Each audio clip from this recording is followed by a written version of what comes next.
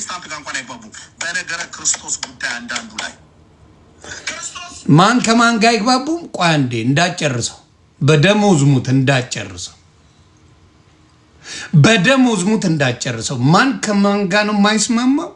እና ኦርቶዶክስ ጋር መጣ እኛ ጋር ነው እያልከን እሺ ፕሮቴስታንት ከፕሮቴስታንት ጋር እንኳን አይግባቡም በነገረ ክርስቶስ ጉዳይ አንዳንዱ ላይ ክርስቶስ ለዓለም ሞቷል ብሎ የሚለውን የመጽሐፍ ቅዱስ ትምህርት አልሞተም ለተመረጡት የሞተላቸው ብሎ የሚል ፎቃቃ ትምህርት ያመጡት ይባላል። እርግጥልኝ ኤርሚሻ አንዳንዴ እኮ ትመቸኛል። እርግጥልኝ ፎቃቃ ትምህርት እውነት ነው። አንፎቅል እኔ ምን አስረገጠኝ? ያንተ ቪዲዮ እያለ እኔ ለምን ረግጣለሁ? አብረን እንርገጥ ና እኔ ቤት አብረን ብረግጥ አይሻልም? አብረን እንርገጥ ምን ችግር አለው? አንተም ፎቃቃ ትላለህ እኔም አንፏቅልሃለሁ። ውቢፋ ፊሽዬ እያዳመጥክ የኔ አባት እያዳመጥ ፎቃቃ ትምህርት ነው የካልቪኒስት ትምህርት ይላል። ፕሮቴስታንት ከፕሮቴስታንት ጋር እንኳን አይግባቡም በነገረ ክርስቶስ ጉዳይ አንዳንዱ ላይ ክርስቶስ ለዓለም ሞቷል ብሎ የሚለውን የመጽሐፍ ቅዱስ ትምህርት አልሞተም ለተመረጡት የሞተላቸው ብሎ የሚል ፎቃቃ ትምህርት ያመጡት የማን ነው? የካልቪን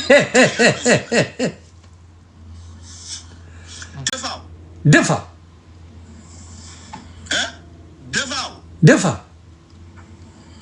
የካልቪንን ፍልስፍና እዛው ባፍጢሙ ደፋው ካልሆነስ እኔ ደፋው ካልሆነው እኔ ደፋላለሁ ይላል። ይሄ ወንጌል ትምህርት ነው ወይ? እኔ አሁን የክርስቶስ ጠበቃ አይደለሁ። ክርስቶስ እኔን አዳነኝ እንጂ ለክርስቶስ ጠበቃ አልቆምም። እኔ እሱ ለኔ ነው ጠበቃ የሚቆመው። መጽሐፍ ቅዱስ እንደሚናገረው እሱ የኛ ጠበቃ ነው፣ የኛ ዋልታን ነው፣ ማገራችን ነው፣ ሁሉ ነገር ነው ኢየሱስ ክርስቶስ። እኔ ልፎካከርበት አልችልም። እሱ ያለው ወንጌልን መስበክ ነው። ጌታ ኢየሱስ ክርስቶስ በፍቅር ከተመላለስን ምናልባት ሌሎች ሰዎችን ሊሰሙን ይችላሉ። በጉልበት ያዙ ይልቀቁኝ ለማለት ገደል ትገባለህ ራስ። ክርስቶስ እግዚአብሔር ልጁን ለዓለም ነው የሰጠው፣ ለዓለም ሁሉ ነው የሞተው። ዓለም በልጁ አምኖ እንዲድን እንጂ በዓለም እንዲፈርድ እግዚአብሔር ወደ ዓለም አላከውም ነው ያለው። በቃ ክርስቶስ ለማን ነው የሞተው? ለዓለም ነው። የካልቪንን ፍልስፍና እዛው ወስደህ ቀበና ድፋው። ብራዘር ካልቪኒስቶች ይሰማል። አማን ሻሎም ቀበና ድፋው እያለ ነው።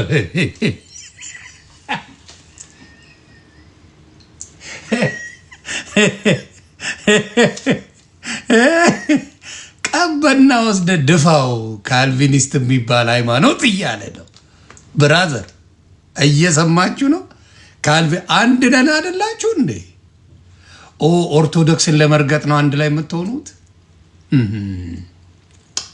ያ አሁን ገባችሁ አይደል?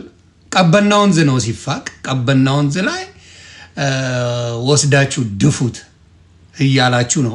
አማን ሻሎ ሄደህ ትደፋለህ ወይ አትደፋም? ከሁለት አንዱ፣ ወይ ዋና ትገባለህ። እና ትምህርቱ እርስ በራስ የማይስማሙበት ትምህርት ኖሮ እኛ ጋኑ የሚሉት ነገር ነው ያልተዋጠልኝ። ፊሲዬ ዘንድሮ ባናታችን ተተከልን ማኘው አለ። እኔ አይደለሁም። እርስ በራስ ስንት ጉድ ያለ አንድነት በሌለበት ክርስቶስ የለም። ይሄን ታምናለህ አይደል? ፊሽ አንድነት የለም። አንድነት ከሌለ ክርስቶስ የለም። ሐሰተኛ ነው ሊኖር የሚችለው፣ አጭበርባሪ ነው። አንድነት ሌባ እንኳን ሲሰርቅ ይስማማል። እንደው ሲካፈል ሊጣላ ይችላል እንጂ ሌባ እንኳን ሲሰርቅ ተስማምቶ ነው የሚሰርቀው። እንዴት ሰው በክርስቶስ እንኳን አይስማማ?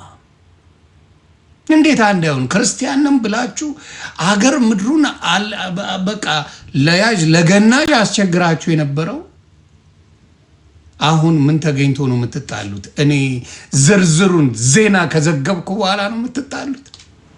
ዜና በዘነዘና ካረኩት በኋላ? አይዞህ ቀጥል አባቴ። ካልቪን ለዓለም አልሞተም ብሏል። እውነት ነው አለ። ዳር ትይዛለህ። ዳሪያስ ዳር ትይዛለህ። የሰራዊት ጌታ እግዚአብሔር ሞገስ ነው ያሳጣችሁ። በእርግጥም የካልቪንን ኢየሱስ ልሰብክ መጣ ማለት ነው። ለዓለም አልሞተም ብሎ የሚል እንዲህ አይነት ፎቃቃ ትምህርት አታንግስ። ኢየሱስ ጌታ እንደዚህ አይነት ፎቃቃ ትምህርት አታስተምሩ። ካልቪኖች ሰምታችኋል፣ እየተረገጣችሁ ነው። እኔ መልእክት አስተላላፊ ነኝ። አንድነንን ፎቃቃ በላው። አንድነን በክርስቶስ ልዩነት የለንም ብለ ካልቪን ፎቃቃ ነው ማለት አይከብድም? አይ ለማወቅ ያክል ነው።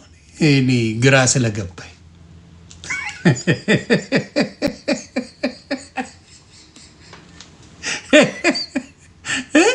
ፎቃቃ አይከብድም። ግን አንድነን ካላችሁኝ በኋላ እሺ እንሄዳለን። አዎ እግዚአብሔር ልጁ ወደ ዓለም ነው ያላከው፣ ለዓለም ነው የሞተው። ዓለም በልጁ ሲያምን ይድናል፣ ሳይድን ማለት ነው። ይግባባል። ታዲያ መግባባት አለ ወይ? አንዴ ቻርጀር ላምጣ።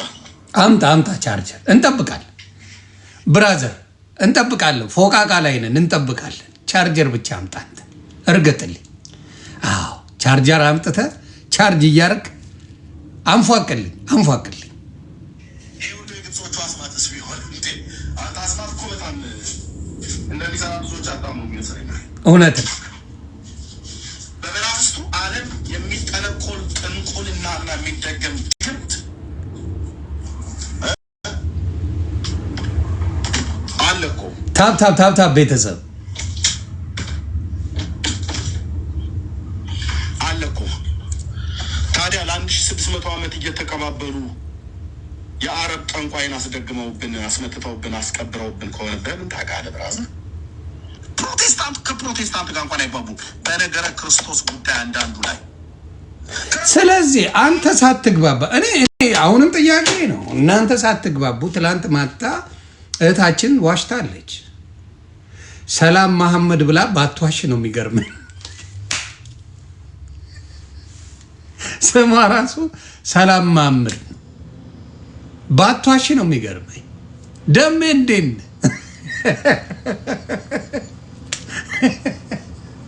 ውሸቷ ከስሟ ነው የሚጀምረው። ሰላም መሐመድ አልተለያየንም ትላለች። አስተማሪዋ ተለያይተናል የፎቃቃ ትምህርት ነው ትላለች።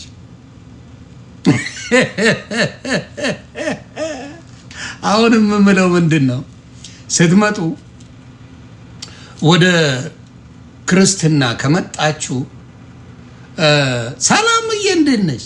ይኸው እውነቱን አሳየውሽ አይደለ?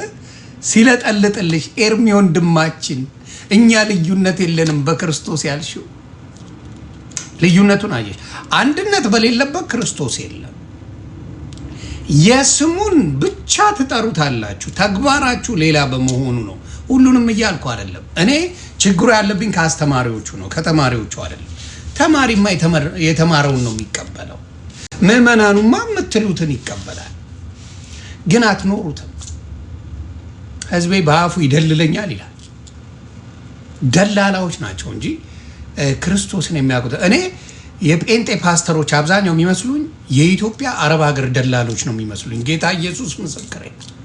የአረብ ሀገር ደላሎች እንዴት ነው የሚቀፍሏቸው? በቃ እንደገባሽ እዛ ተሳፍረች ምናምን ነገር ኃይለኛ ስራ ሰርተሽ ተለውጠሽ ህይወትሽ ይቀየራል እንደሚሉት እዚህም በቃ የድለላ ስራ ነው።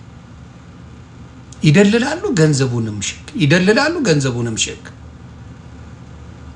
እንትን ይሰጣችኋል፣ እንትን ይመጣላችኋል፣ በዚህ ትወጣላችሁ፣ በዚህ ትወርዳላችሁ።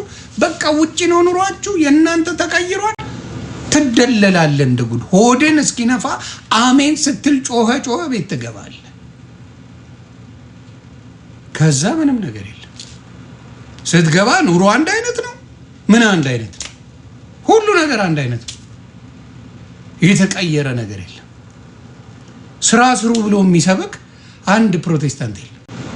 ስራ ስሩ፣ በላባችሁ ነው ምድርን የምታሸንፏት፣ በላባችሁ ዓለምን በመንፈስ ነው የምታሸንፉት ብለው አይሰብኳቸው። ይሰጣል፣ ባንክ ብር ይገባላል ምናምን እያለ የሚል ወሮ በላ የበዛበት ነው። ስራ ሰርታችሁ ትቀየራላችሁ። ስራ ስሩ፣ በርቱ የሚል ወፍ የለም። አንድ ፓስተር ሲላት ስማው፣ አንድ ስራ ስሩ፣ በርቱ፣ ጠንክሩ የሚል የለም። ጭራሽ ባለሀብትነ ገዝታው ስንገናኝ ብር አምጣና ጸልይልሃል ይለዋል። ለነጋዴዎች የጸሎት ፕሮግራም ብሎ ያዘጋጃል። ለነጋዴዎች የጸሎት ፕሮግራም አለ፣ ንግዳችሁ በደንብ እንዲፋፋ።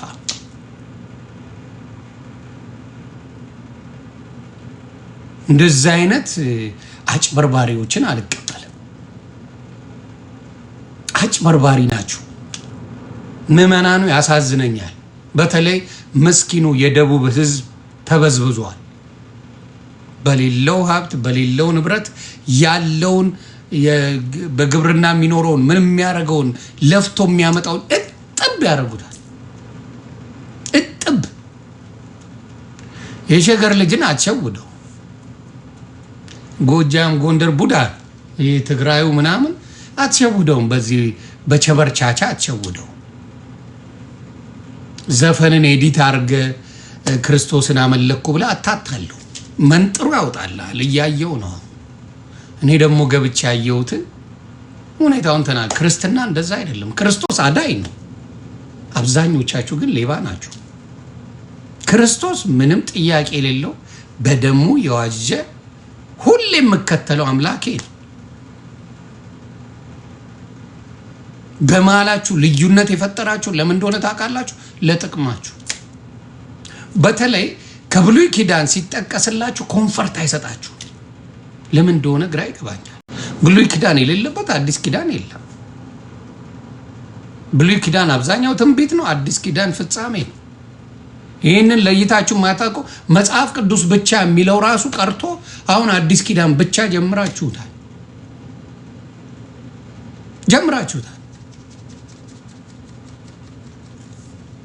ተግባባል። አሁንም የምናገረው ያንን ነው።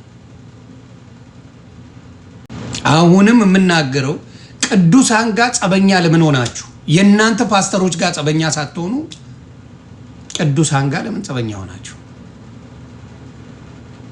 በተለይ ፕሮፌት ነን የምትሉ ፌስቡክ ላይ፣ ነቢይ ነን የምትሉ ፌስቡክ ላይ እንዲህ ሲከናወንላችሁ አየን የምትሉ እውነት ነው። ቤት ስትገባ የታሰረ ብር ታገኛለህ። አሜሪካ ትሄዳለህ፣ አውሮፓ ትወጣለህ፣ ይታየኛል ምናምን እያለ የሚያደነቁረ ድራማውን ትዝ አለ።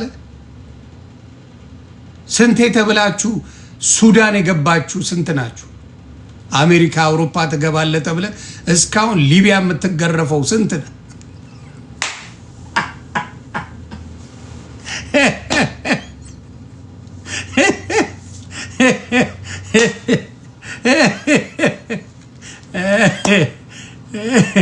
በተለይ ከሚያስቀይ ነገሮች መካከል ለጸልይ የግል ጸሎትና ቻፓ የሚቀበለዋል። ለአገልግሎቴ ብር ያስፈልገኛል የሚል ብር መድረክ ላይ ይዞ ወጣ። እኔ ነብዬ ነው ከሚባል ቦርጫም ሸረሪት ይመቸኛል። ገሽ ልጣቸው የታባቱ ገሽ ልጣባቴ ይውል ብሩን ይዞት ወጣ። አንድ ሀገር ሄዳለሁ አይደል? ውጭ ሀገር ሄዳለሁ። ብሩን ኮንፈረንስ ያደርጋል።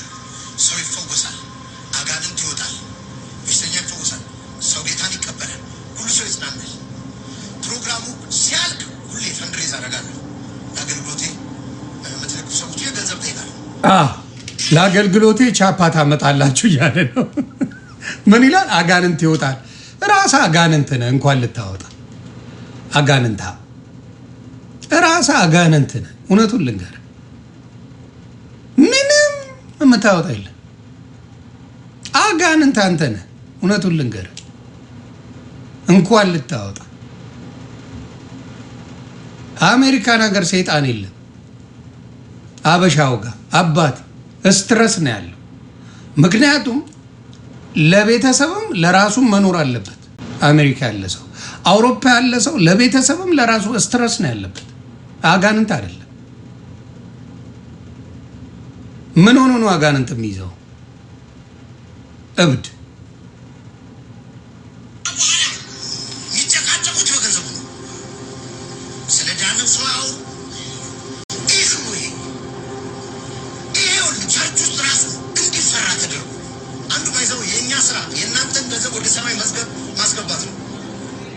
የእናንተን ገንዘብ ወደ ሰማይ ማስገባት ነው።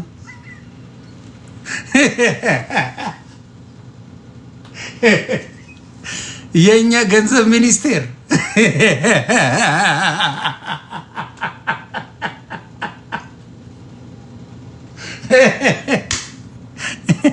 እኔ እግዚአብሔር ገንዘብ ያዥ ነኝ አለ እኮ። የእናንተን ገንዘብ ወደ ሰማይ የምናስገባው እኛ ነን ነው። ይደገም ይደገም። ይህማ መደገም አለበት። ስሙልኝ እንዴት እንደሚገሸልጠዋል።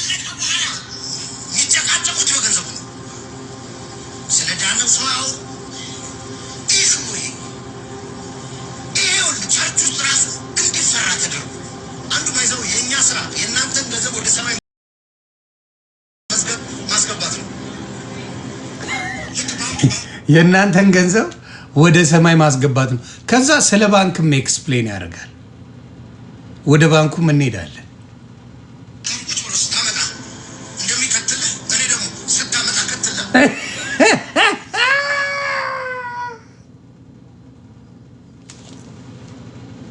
ባንኩ ስታመጣ እንደሚከትልህ እኔም እከትልሃለሁ።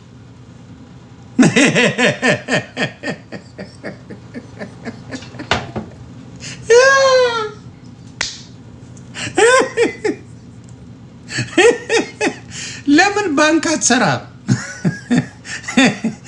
ባንክ ለምን አትሰራም? ሄኖክ ባንክ ብትሰሪ ያዋጣሻል። እውቀት የለም ልፍለፋ እንጂ ቁጥር ላይ ምናምን አታውቅም።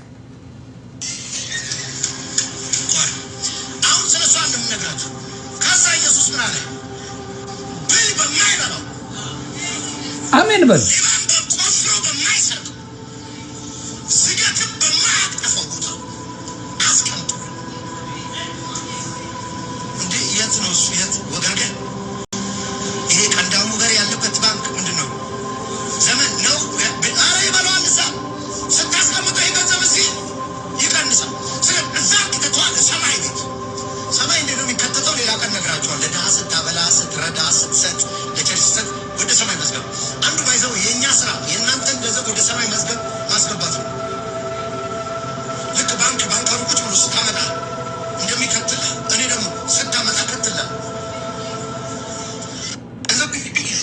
እና ልነግራችሁ የምፈልገው እነዚህ ናቸው። እነዚህ ሌቦች ናቸው።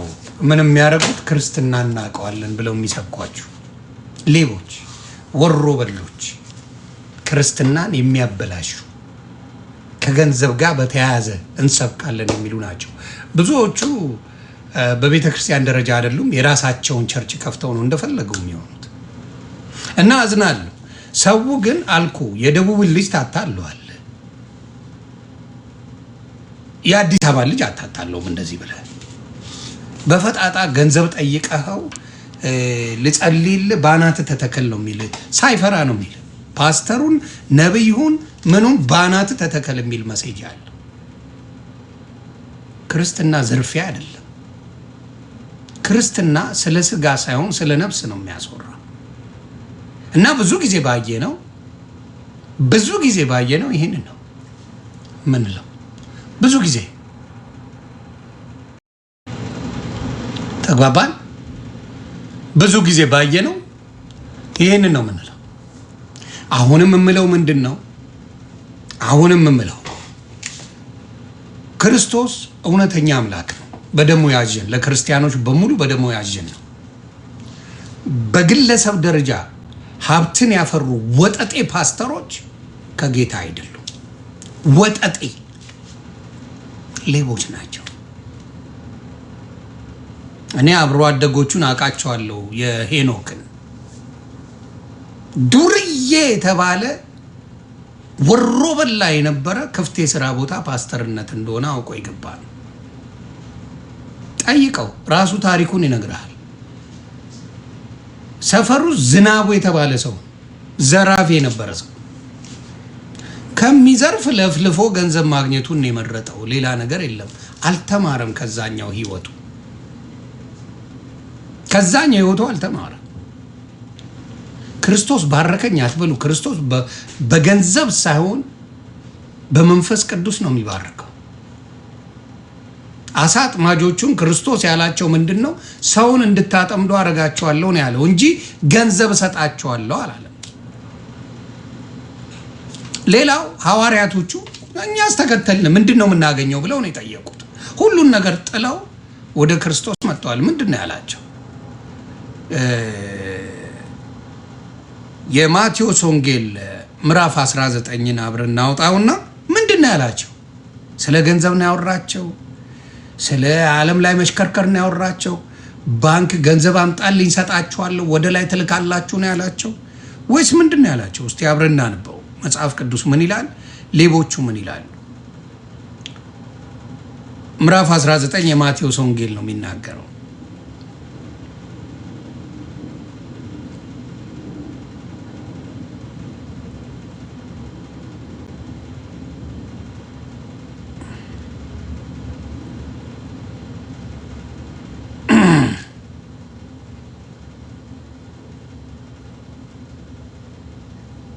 ከዛ በፊት ይኸው ራሱ መጽሐፍ ቅዱስ ይናገራል። ምን ይላል? ሀብታሞችን ነው የሚለው። ኢየሱስም ምዕራፍ 19 ቁጥር 1 ላይ ኢየሱስም ፍጹም ልትሆን ብትወድ ሂድና ያለህን ሽጠህ ለድሆች ስጥ፣ መዝገብም በሰማያት ታገኛለህ፣ መጠህም ተከተለኝ አለው። ከዛ ምን አለ ባለ ሀብቱ? ጎበዙም አለ ይህን ቃል በሰማ ጊዜ ብዙ ንብረት ነበረውና እያዘነ ሄደ ይላል። አሁን ፓስተሮቹ እንደዚህ በቪየት የሚሄዱት ሱፍ የሚቀያይሩት ቪላ ከአንድ 2 3 4 ቪላ ያላቸው እነሱ እሱን ጥላችሁ ተከተሉ ክርስቶስ የሚባሉ ይቅርብኝ ነው የሚሉት። አንዳቸውም እሺ ብለው አይከተሉት። አንዳቸው የሚፈላሰሱት በሙሉ ጣሉና እሱን ተከተሉት ቢባሉ አይከተሉት። ተግባባን? ከዛ ወዴት እንሄዳለን? ወደ ታች እንወርዳለን።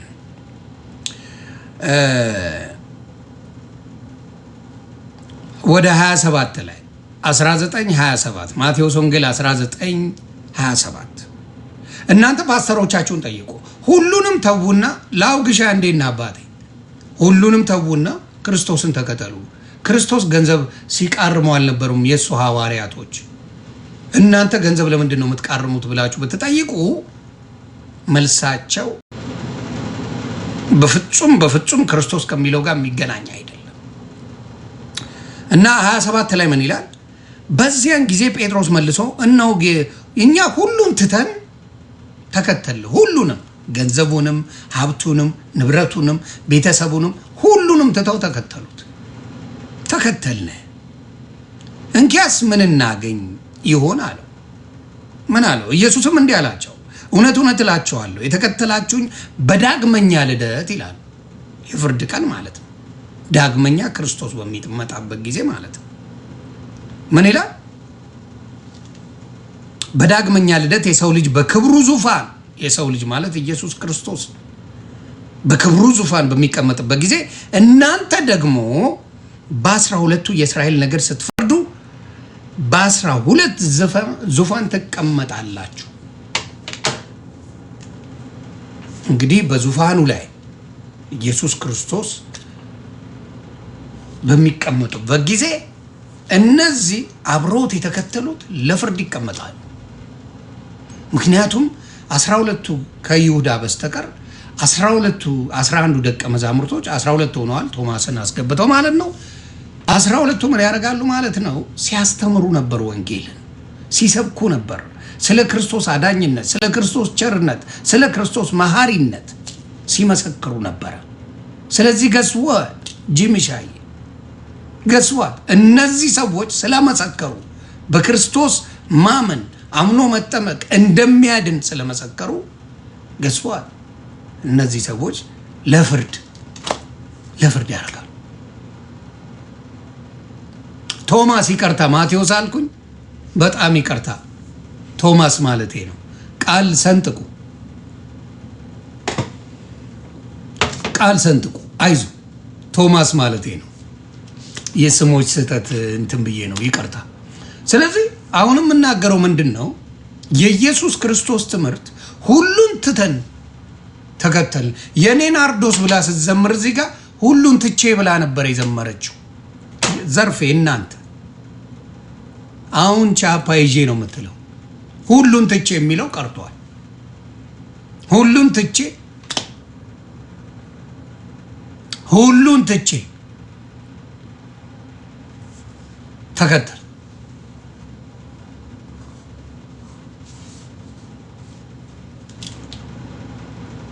ተግባባን። ስለዚህ አሁን ግን ቻፓ ይዤ ነው የምከተል ነው። አሁንም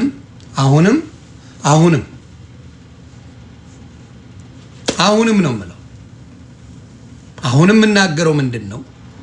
ለማጭበርበር ለማታለል የክርስቶስ ስምን ብቻ። አሁን ቲክታክ ላይ ብትሄዱ አሽሙር ነው የሚናገሩት። ላስታውሳችሁ ብዬ ነው፣ ኢየሱስ ክርስቶስ ያድናል። ምን ማስታወስ ያስፈልጋል? ክርስቲያን የሆነ በሙሉ በክርስቶስ ያምናል። ሙስሊምን ስበካ። ክርስቲያን የተባለ ኦርቶዶክስ ብትለው፣ ካቶሊክ ብትለው፣ ዘንጥ በክርስቶስ ብትለው፣ ካልቪኒስት ብትለው፣ ፔኔኮስታል ብትለው፣ ሉተራን ብትለው ኦል ዴ በክርስቶስ ያምናሉ። ማንን ነው የምታስታውሰው? ማንን? ሌላው ኦርቶዶክስን ለመጣል ስትሄድ የግብፅን ኦርቶዶክስ አስባችሁታል? የእስራኤል ኦርቶዶክስን አስታውሳችሁታል? እንዳለ ታውቃላችሁ? የራሽያ ኦርቶዶክስ እንዳለ ታውቃላችሁ? የአርሜኒያን ኦርቶዶክስ እንዳለ ታውቃላችሁ? የህንድ ኦርቶዶክስ፣ የሌሎችም ዓለማት ኦርቶዶክስ እንዳለ ታውቃላችሁ? ወይስ ዓላማችሁ ምንድን ነው? ኦርቶዶክስን እንስበካት ክርስቶስን እያላችሁ በየጊዜው የምትደነፉት አያችሁ። እውቀት አለመኖሩ ምን ያደርጋል? በእጅ የያዙት ወርቅ እንደ መዳብ ይቆጠራል። የሆነ ሰው የሆነ ነገር ጽፌ ያየው ኦርቶዶክሶች ምንድን ነው ያሉት? ኦርቶዶክሶች ከመካነ ኢየሱስና ከሉተራን ጋር ተመሳሳይ ነን ብላችኋል እና ለምን ወደ እነሱ አትገቡም ብለው የሆነ አንድ እብድ ጻፈች መሰለኝ። እና እኔ ልንገራችሁ፣ ወደ ኦርቶዶክስ እነሱ ይምጡ እንጂ ወደ ቁልቁል ኦርቶዶክስ አትሄድም። ይሲ ዘ ዲፍረንስ። እነሱ የወጡት ከኦርቶዶክስ ከካቶሊክ ምናምን ነው በሙሉ የወጣው እከኩላ የወጣው ከኦርቶዶክስ ነው። አንተነ የተሳትከውን ትምህርት ተምረ መመለስ ያለብህ እንጂ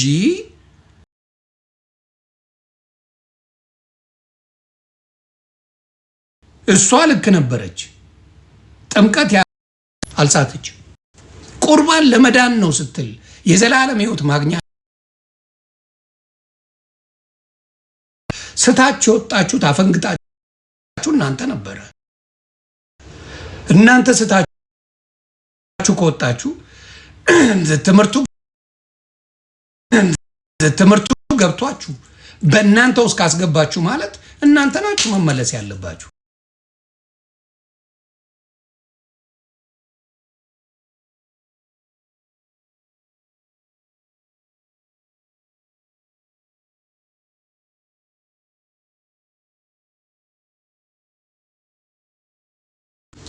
ያንን እንኳን መለየት አልቻላችሁ። ኦርቶዶክስ አልሳተችውም ነበረ። ቁርባኑን ጥምቀቱን ከክርስቶስ ጋር ሕያው የሚሰጥ ዘላለም ሕይወት የሚያስገኝ መሆኑን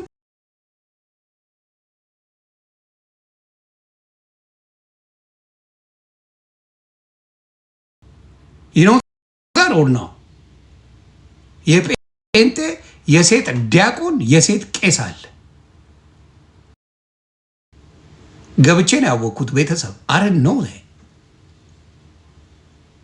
ጌታ ኢየሱስ ምስክሬ። የሆነ ጊዜ ነው ተደወለልኝና የሆንዬ በጣም ነው የምንወድ ምናምን ተባልኩና እንኳን ወደ ጌታ መጣ ቄስ ነኝ አለች። ቀልቤ ግፍፍ ሰምታ አታውቅም አለችኝ። ኧረ በጭራሽ የሴት ቄስ ደግሞ ምንኛ ነው አልኳት። አዎ አለ። ቀልባችሁ አይገፈፍ ግፍፍ የሴት ቄስ ምንም ችግር የለው።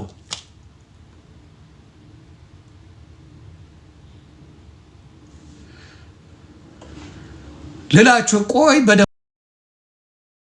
አትሳቁ እንጂ ቀስ እያላችሁ ለበኋላም እንዲሆን እና የሴት ቄስ ሆና በጅንስ ነው የምትሄደው።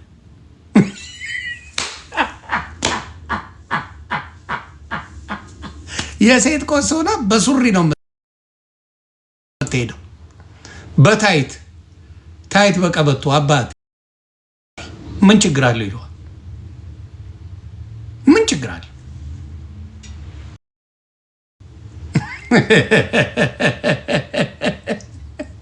ታብታብ ኮምፒሊንግ ጌታ ሆይ ማረን ነው አድነን ከማቱ ነው።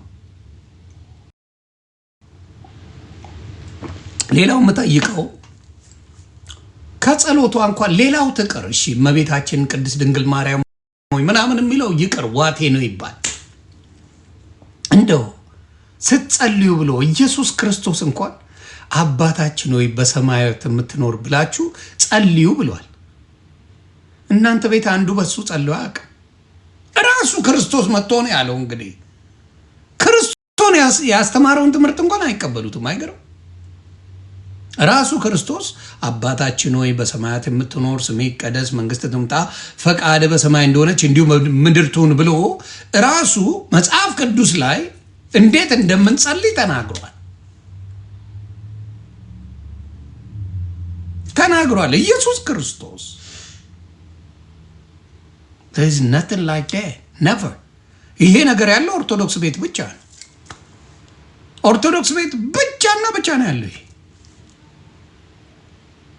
ስለዚህ እንደ ፐዝል እንደ ዳማ ጨዋታ ወይም ቼዝ እያመጣው ትክክለኛዋን ነገር ቁጭ ቁጭ አደርግልሃለሁ። ሲፋቅ ፋቅ እያደረግ ስትሄድ ወዴት ትሄዳለህ?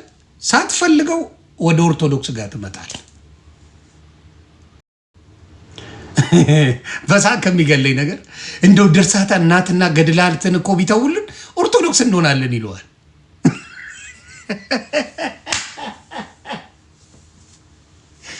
ተዋቱን የጠየቀ የለም። ኦርቶዶክስ ያለችው እኛን ተውና የራሳችሁን ስበኩ ነው ያለችው። ሁኑልን አላለችም።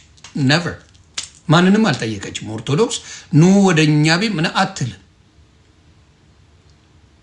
ኖ ራሳችሁን ችላችሁ ስበኩ ነው ያለችው።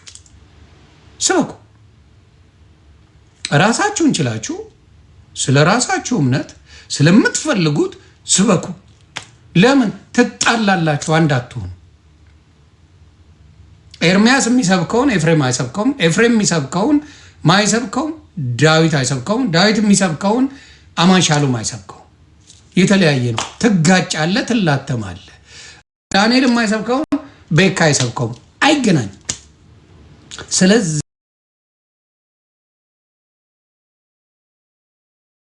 ስለሆኑ ስለሚፈራርሱ ቋንቋቸው የተለያየ ስለሆነ በአንድ ቋንቋ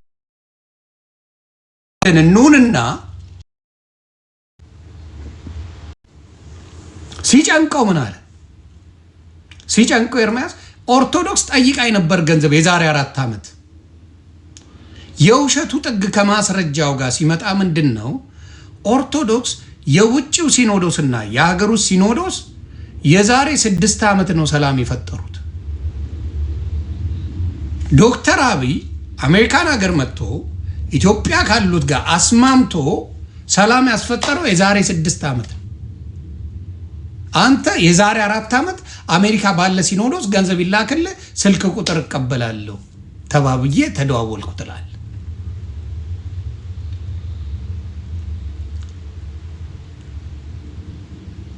ስለዚህ ይህንን ነው የምለው። ሌላው የሴት ቄስ አለ እንዳልኳችሁ ታይት በቀበቶ አድርገው የሚዞሩ ቄሶች አሉ። እነሱ ጋር ሜካፕ ይፈቀዳል። እነ ፓስተር ዳዊትም ሲያስተምሩ አይታችኋል። ሴቶች ተቀባብታችሁ ነው፣ ፋራቱ ነው፣ እየተቀባባችሁ ነው፣ ጥፍር ቀለም ተቀቢ፣ ፋፈሽ በይ ምናምን እያለ ነው የሚያስተምር። ፋርነት አይደለም፣ ሃምብልነት። ክርስትና በእውነት ነው የምልህ።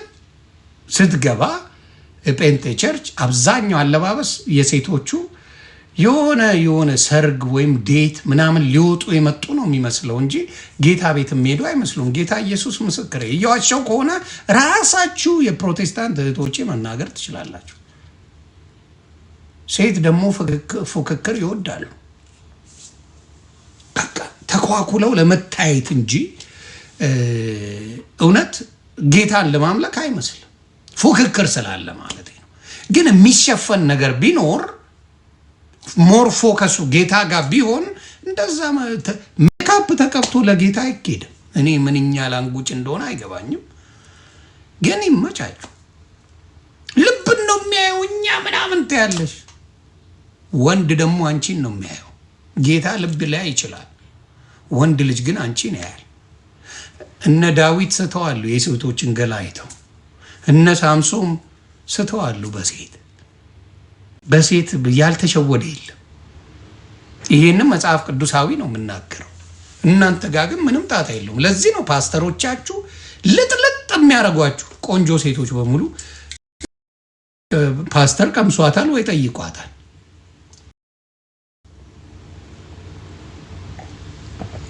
ወይ ቀምሷታል ወይ ጠይቋታል። ፓስተሩ ምንም ሀቅ ነው የምናገረው። በሚያሳዝን ሁኔታ ማለት ነው። ሴት ልጅ ትሸፈን ይላል። ይሄ ኦን ፐርፐዝ ነው። ካቶሊኮች ይሸፈናሉ።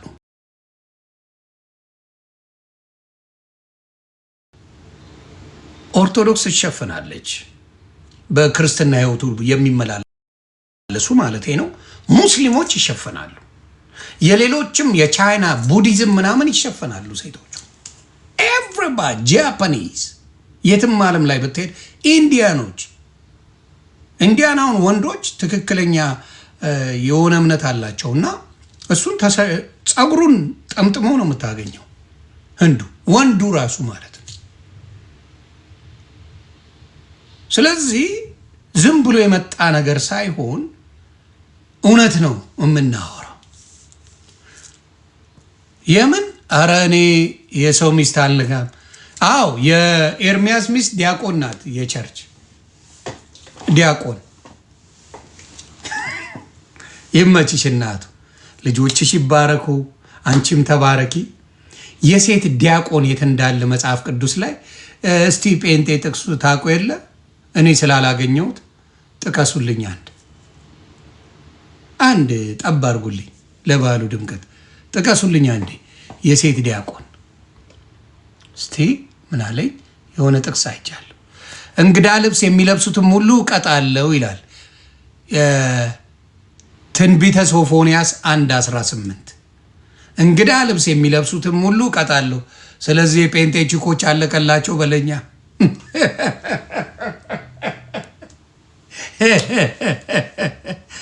አለቀላቸው በለኛ አባት። ይሄ ብሉይ ኪዳን ነው፣ አይቆጠርም በነሱ። ይሄው መጽሐፍ ቅዱስ የሚለውን መጡ ለኦርቶዶክሶች። አረ ምን ተገኘ? ሴት የወንድን ልብስ አትልበስ፣ ወንድም የሴትን ልብስ አይልበስ። ይህን የሚያደርግ አምላክ በእግዚአብሔር ዘንድ የተጠላ ነው። አላምቡላንስ የጥቅስማ ስክሪንሻት ይደረግ። ዘዳግም 22:5 አቤት አቤት አሰላ ፍርድ ቤት። ተው ኦርቶዶክሶች፣ የት ነበራችሁ? ኦርቶዶክሶች የት ሄዳችሁ ነበር?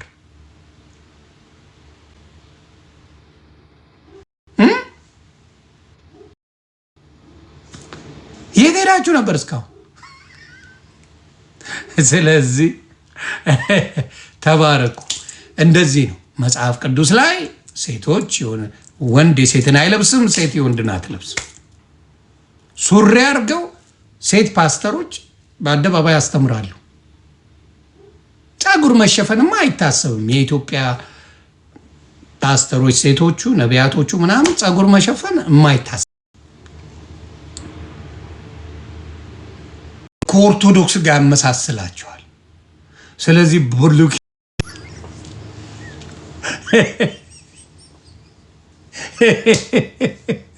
ብሉይ ኪዳን ሞር ኦርቶዶክስ ያደርጋል። ስለዚህ ወደ አዲስ ኪዳን ትሄዳለህ። ታፕ ኮፒሊንግ። አዎ ጢሞቴዎስ ላይ አለ። ጢሞቴዎስ ላይ በጣም ይላል ሴት ልጅ በዝግታ ትማር ይላል። በአደባባይ እንድትመሰክር አልተፈቀደላትም ይላል። ብዙ ነገር ይላል። ክርስቶስን ይህን ቃል ለመጠቀሜ በጣም ይቅርታ። ክርስቶስን ፋሽን አድርገውታል፣ ስታይል አድርገውታል። ክርስቶስ እምነት ሳይሆን ፋሽን አድርገውታል። ባዝሩም ሽንት ቤት ገብታ ተጠቅማ ስትወጣ እንደዚህ ሰልፍ ይዛ እንደዚህ እየተቁላላች መዝሙር የምትለቅ ሴት አለች። እጅግ የሚያሳፍር ነገር፣ እጅግ የሚዘገንን ነገር። እኔ ከሚዘገንን ነገር ሽንት ቤት ብዙ ተጸዳድቼ ከወጣው በኋላ እንደዚህ ሰልፍ ይዤ እንዲህ እያልኩኝ ለጌታ ዘመርኩ። ስለዚህ እንደዚህ አይነት ችግር በጣም አለ። በጣም ደፋሮች ናቸው። ድፍረት ለጌታ አይጠቅምም። በዝግታ ነው የሚለው እና ብዙ ትምህርታችሁ ፋለሲ ያለው ብሉይ ኪዳን በሙሉ ኦርቶዶክስ የሚያደርግ ትምህርት ነው። ያስፈራል። ብሉይ ኪዳን እንድትጠቅሱ ከዛ በጣም ነው የሚጠሉት። በጣም መላእክቱ እየጠየቀ እያየ መልአክ እግዚአብሔርን እየጠየቀው እያየ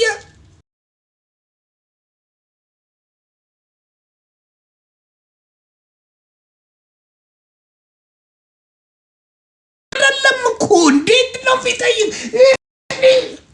ከመላእክት ጋር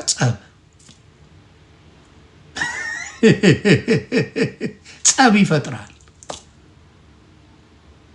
ትንቅንቅ ይፈጥራል። አይጠቅምም። የኦርቶዶክስ ሊቃውንታት ሳያውቁ ቀርተው አይደለም ይህን ነገር ያደረጉት። ለምሳሌ ኢየሱስ ክርስቶስ ካያችሁ ብዙ ጊዜ እኔ ራሱ ያልተገለጠልኝ አንድ ነገር ነበረ። ጌታ ኢየሱስ ምስክር ያልተገለጠልኝም። እግዚአብሔር እየበሰልክ ስትሄድ ነው ነገሮችን የሚገልጸው። ስታነብ ስትጸልይ መግለጥ ይጀምራል። ሁልጊዜ ታየው እንደሆነ ኢየሱስ ክርስቶስ ሲመጣ የአጋንንት ያለባቸው ሰዎች ከመጡ አጋንንቱ ሮጦ መጥቶ ኢየሱስ ክርስቶስ ጋር ይሰግድና አንተ የእግዚአብሔር ልጅ ሆይ እባክህ ተወኝ ይላል። ካያችሁ መጽሐፍ ቅዱስ የምታነቡ ሰዎች ካላችሁ እዛ ውስጥ ያለው አጋንንት ነፍስ አለ። ብዙ ቦታ ላይ አጋንንቶቹ ሲያስወጣና ሌላ ቦታ እንዲሄዱ ሲያደርግ ይታያል። ከዛ ወደ ውሃ ውስጥ የሚሰምጡ አጋንንቶች አሉ። ራሳቸው አጋንንቶቹ ነፍስ አላቸው፣ ህይወት አላቸው። ይሄንን መጽሐፍ ቅዱስ ነው ግን ካልገለጠል መጽሐፍ ቅዱስን አንብበ ለምንድነው እና አቡነ ተክለ ሃይማኖትም ሌሎችም አጋንንትን እንዴት አድርገው እንደዛ ሊያደርጉ ቻሉ ብዬ ጠይቃለሁ። ለምን እግዚአብሔር የሚጸልዩ ሰዎች ናቸው። አስቡት። እና አቡነ ተክለ ሃይማኖት ብትል እነ አቡዬ ብትል ሌሎችም ብትሉ ወደ እግዚአብሔር የሚጸልዩ ሰዎች ናቸው። ወደ ዲያብሎስ አይደለም፣ ወደ ሌላ የሚጸልዩ አይደለም።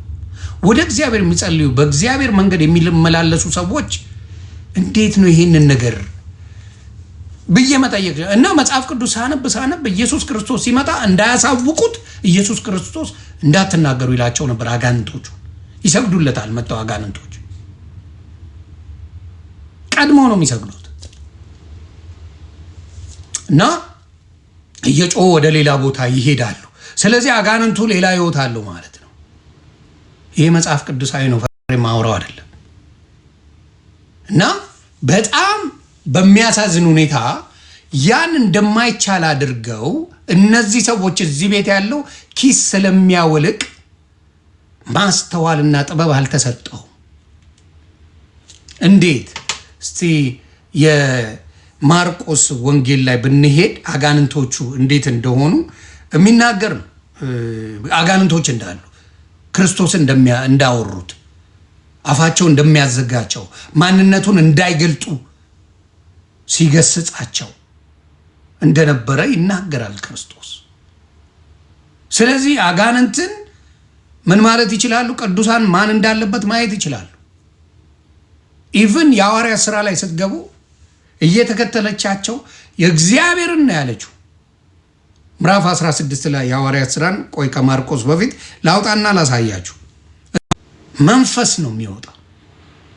ያንን መንፈስ ገስጸ ሌላ ነገር ማድረግ እንደምትችል እንደፈለገው አጋንንት ማድረግ እንደምትችል መጽሐፍ ቅዱስ ነው የሚናገረውና ብዙ ጊዜ ችግሩ ኪስ አውላቂዎቹ እውነተኛውን መንፈስ ቅዱስ አልገለጠላቸውም፣ አልበራላቸውም።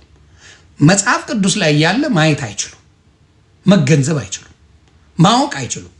እነሱም ይመስላቸው በቃ ኢየሱስ ብላ ድናል እቺ በአብ ዘንድ ጠበቃ አለን የምትባለውን የዮሐንስ ወንጌልን ያወጧታል፣ አንደኛው ዮሐንስ መልእክትን ያወጧታል፣ እሷን ያነባሉ ምናምን በቃ እውነት መንገድ እኔ ነኝ የሚለውን ያነባሉ። አለቀ። ከ5 ከ10 ጥቅስ ውጪ ብዙ ጊዜ ሲያነቡ አታያቸው። ዮሐንስ ወንጌልን ያነባሉ። የሐዋርያት ሥራ ምዕራፍ 4 ቁጥር 12 አለ። ዮሐንስ 12:6 አለ፣ 14:6 አለ። እቺን ይጠቃቅሳሉ። አለቀ በቃ።